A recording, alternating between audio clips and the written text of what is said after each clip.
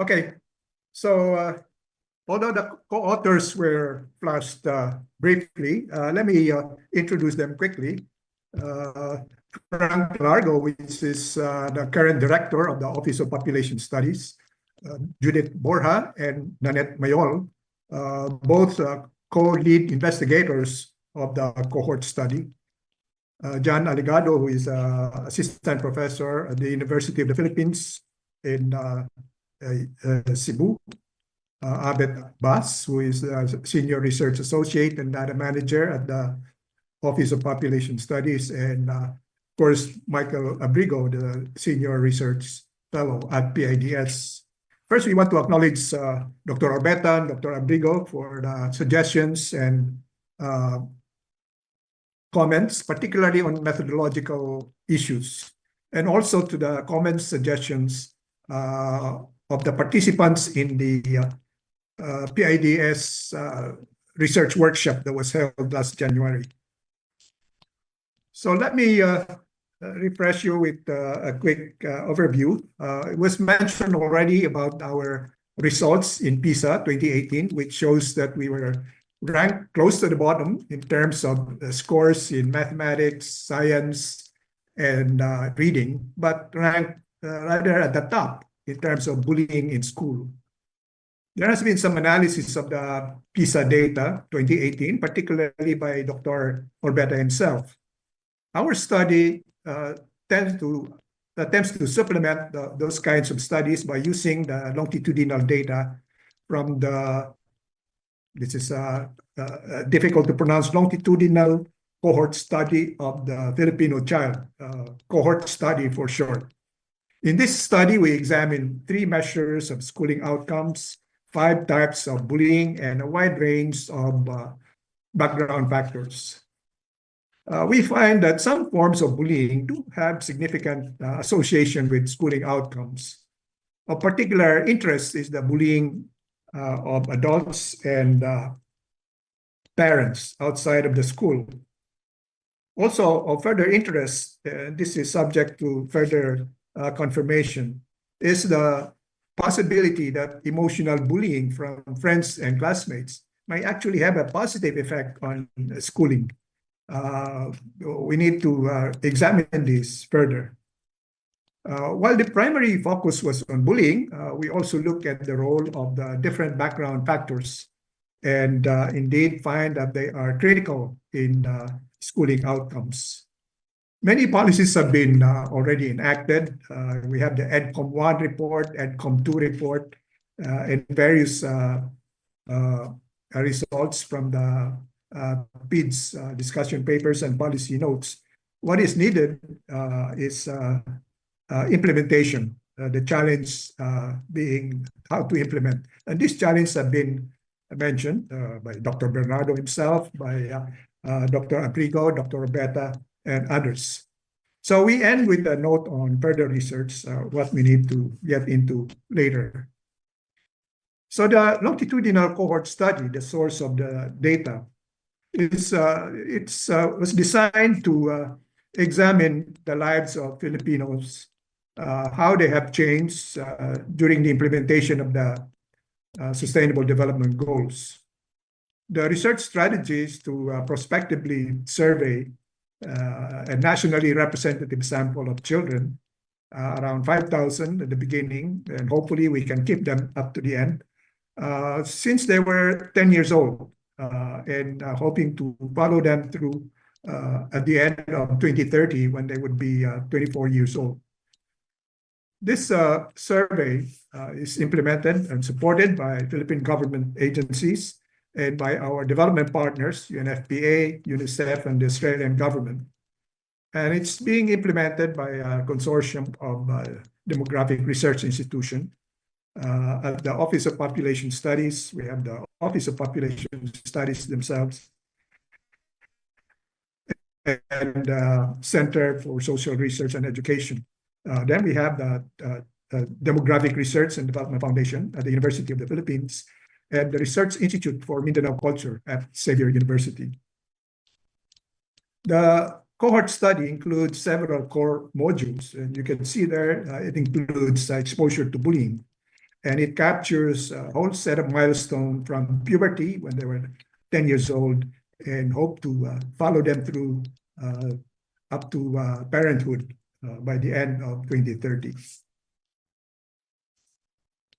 Let me describe briefly concepts and measures and the framework that we use.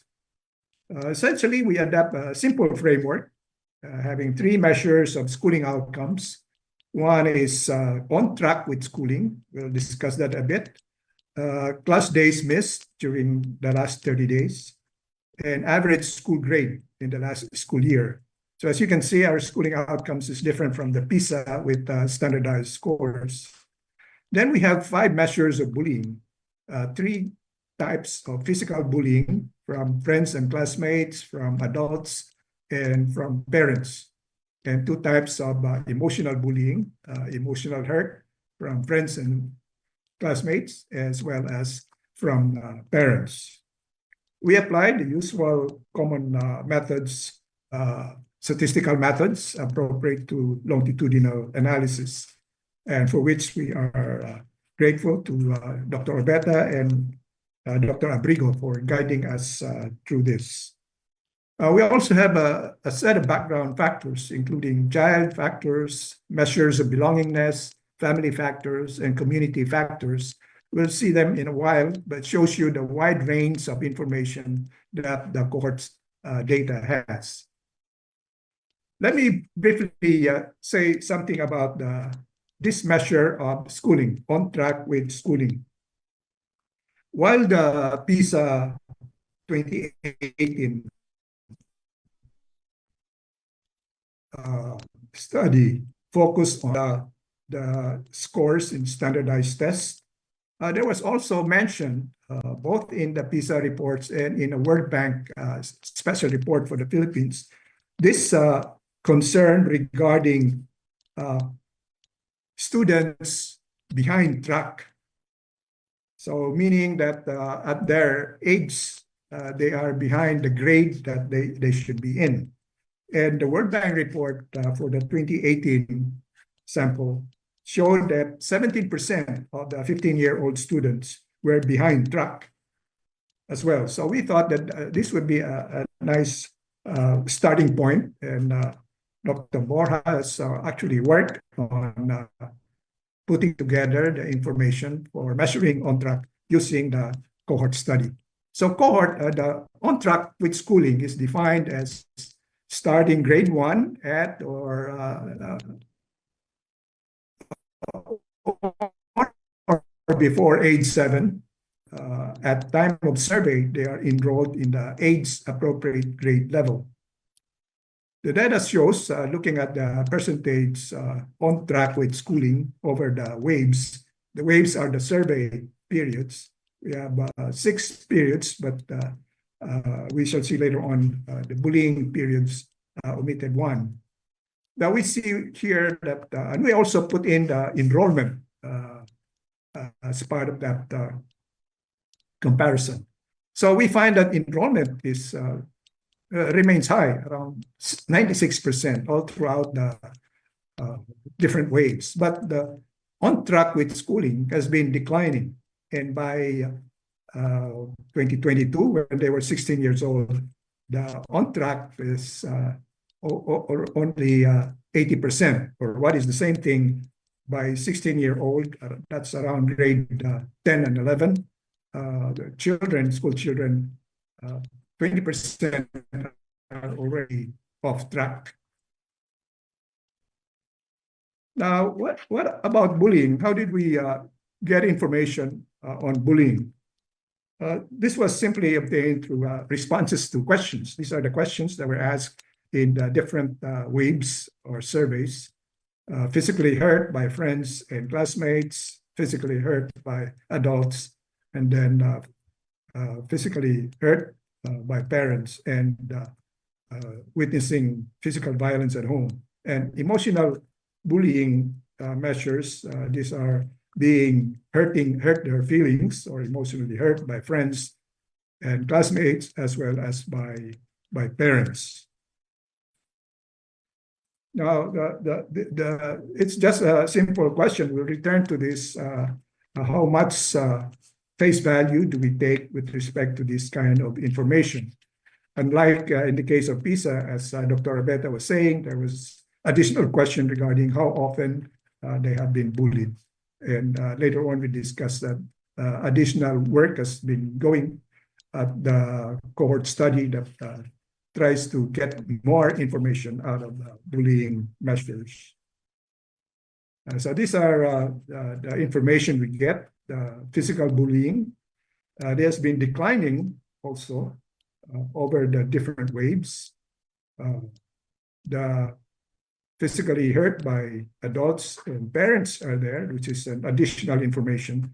But we see that physically hurt by friends and relatives, friends and classmates still predominate in this. In the case of emotional bullying, although it's also declining, they tend to remain high, both for friends and classmates and by parents. So on-track schooling is declining. Bullying is also declining. And you seem to have a positive relationship between these two. And this was difficult for us to unravel and separate out in the earlier parts of the analysis. And by the way, there was an earlier report of the discussion paper appearing in December 2024, if you have found them in the PIDS web. That is the earlier version. What we have now is a more updated and more complete version. And hopefully pretty soon it will be brought out by PIDS. Then the background factors. In the two slides, these are so many that shows you the richness of the cohort survey data. And we have here information regarding various kinds of child factors like IQ, depressive symptoms, belongingness like social scale, and also the traditional family factors like wealth, education of mothers, and the usual community factors regarding the residence of the children. Let's go quickly to the summarizing the results. There are two sets of results we have. One is looking at the relationship between bullying and schooling outcomes, controlling for background factors. And the second one is association between the background factors and schooling outcomes without the bullying. We wanted also to highlight the importance of the background factors. So as you can see here, we have the entire set of statistical results and tables and spreadsheets and so on. And we thought we would summarize the results in terms of a map, a results map, which is easier to see and discuss. So the negative or positive shows you the direction and significance of the results. If the cells are empty, it means that the results were not significant. So we have the three different schooling outcomes: on track with schooling, school days missed, and average school grade. And we had two sets of analysis. One, when we included all of the bullying variables together, there could be some correlation between them, but not very, very much. The other one is to see the specific bullying type and have a separate analysis for them. And we had analysis when we combined both sexes, as well as when we separated out both male and female. So we can see that from the on-track schooling, the physically hurt by adults and physically hurt by parents shows a negative influence on schooling outcomes for both sexes, and to some extent by males in the other type of analysis. What we find is that the emotional hurt by friends and classmates seem to have a positive effect on on-track schooling. This is true for both sexes. as well as for females when all of the types are put together. That's something we wanted to note and discuss later. In terms of school days missed, the effects are positive as expected. Now we need to reverse our thinking here in the sense that why is it positive? The bullying itself increases the absences of school children, so we get a positive one. Unlike where we're used to the other negative type of influences.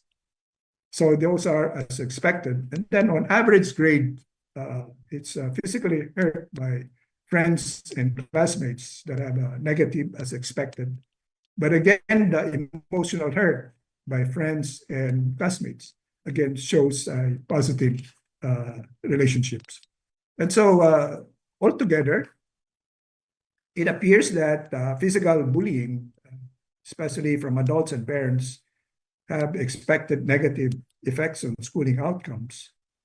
On the other hand, emotional bullying from friends and classmates have positive effect on on-track schooling and average grades. These are unexpected and deserves additional investigation, whether these are real things that we can work on, or is this merely a statistical artifact in the way that we had analyzed the data. So this is the map, and we can go on into the background factors and schooling outcomes. Although outside the main focus of the study, it's still important since we are, the EDCOM in particular, is looking at the schooling outcomes in general. And so we have in this slide, the child factors and belongingness, and all of them are in the expected signs and significance. So we have male tend to be poorly, have poorer outcomes. Then you have the effect of favorable cognitive endowment and early interventions like attending nursery, motivation of the child, which are all positive. Then there are also impediments that negatively influence schooling outcomes. These include disability, child work, and depressive symptoms, as well as being stunted. Then, interestingly, attending public school have associated with negative effects on schooling outcomes. Under belongingness, we have this measure social scale, which is a favorable effect on schooling outcomes of the 3 schooling outcomes. This social scale measures the child's membership in organization, the number and frequency of contact with friends, positive behavior with family members, and so on, based on a tool often used by psychologists. So that's by itself an interesting addition to our understanding of what other background factors are important. In this second slide, we have the traditional factors, family wealth, in terms of wealth quintile, the education with the mother, which actually represent many things. For one, I was thinking of provides an intellectual atmosphere at home, but it also had other aspects to it, the efficiency by which they are able to care for children, especially in their schooling and so on. Then there's only one red here, unexpected sign, that is children residing in GIDA areas. We know GIDA is remote, isolated, and more likely to be far from school, difficult to go to school. They might have to walk to school, but yet it doesn't seem to affect their school days presence. So my thinking here is that although they are recorded as residing in GIDA, these children actually might be in their friends or relatives or even in dorms outside of the GIDA close to the town where the schools are. And we have experience, especially people in the Cordilleras, they actually, even the high school kids go to the municipality where the high school is, and that's where they either live with their relatives or they actually stay in private dorms. So that might explain this particular thing. Then we go into the policies. I suppose since this is a policy work, we need to take a look at this. And what we find is the obvious thing. We have been reading this. PIDS has been producing so much of this. And you have the EDCOM that has also produced so much in such a short period. We have already a set of policies that exist to address more specifically bullying and more generally improving schooling outcomes. And as I mentioned, EDCOM 1, EDCOM 2, the World Bank report on PISA, the OECD reports on PISA, and so on. But what is the challenge is the implementation. And this has been emphasized by Dr. Bernardo in particular, Abrigo and Orbeta in their writings in PIDS, also Orbeta and Dr. Pacquiao. So the challenge is there, and what we think is adapt a simple set of strategies. One is the system strengthening approach to scaling up implementation, which put together governance, financing, human resources, supply chains management, and information system. Then perhaps importantly, while we are implementing anti-bullying policies based on the legislation, we can probably focus on those aspects of the anti-bullying policies on prevention programs and intervention programs. And this particularly refers to, for example, building positive sense of self and interpersonal relationship through development of self-awareness and self-management, interpersonal skills and empathy, responsible decision-making and problem-solving. That's for the classroom level initiatives. There's also apparent preventive activities, which includes discussions on school policy, education sessions for parents. Then you have preventive intervention programs that include counseling, skills training, and other activities that enhance the psychological, emotional, and psychosocial well-being of both the victim and the bully. Then finally, perhaps coordinate this set of legislation implementation of which one is the Anti-Bullying Act, the second is the Mental Health Act, and more recently, the Basic Education, Mental Health, and Well-Being Act, which was signed by the President just last year, 2024. The role of background factors, we're all familiar with them. Many of them needs to be done much earlier in the game. For example, stunting and other things.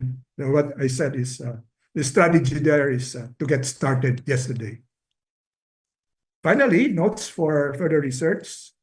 We need to better understand what is really bullying, how it is understood in many different contexts, how it is understood in the Anti-Bullying Act, and how it is understood when we ask about it with our respondents, especially among different regions, which might have a different term for what they mean. We need also to look at the association between bullying and mental health, since they are closely related. Then, if we care, you can take a look at, is there really something to this positive response to bullying that motivates people and, in fact, end up with better schooling outcomes? And as we look at the background factors, you can see that many interconnection about many of these variables. Right now, we just included them all together in a particular regression, but there are many interconnections, the simultaneous issues, endogeneity issues, the feedback loop, and given the longitudinal nature of the data, the sequencing over time. And those will become important field for exploration from the standpoint of analysis and econometrics. With that, thank you very much. I hope I didn't spend too much time.